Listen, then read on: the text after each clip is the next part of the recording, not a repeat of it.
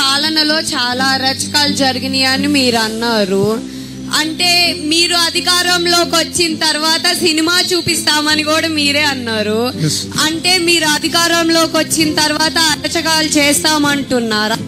So నేనేమన్నానంటే, ఏ అధికారులు అయితే చట్టాన్ని ఉల్లంఘించి మమ్మల్ని ఇబ్బంది పెట్టారో వాళ్ళపైన జ్యుడిషియల్ ఎంక్వైరీ చేస్తాం, వాళ్ళ సర్వీస్ నుంచి డిస్మిస్ చేసి జైలుకి పంపించేదాన్ని కూడా నేను వెనకాడనన్నా.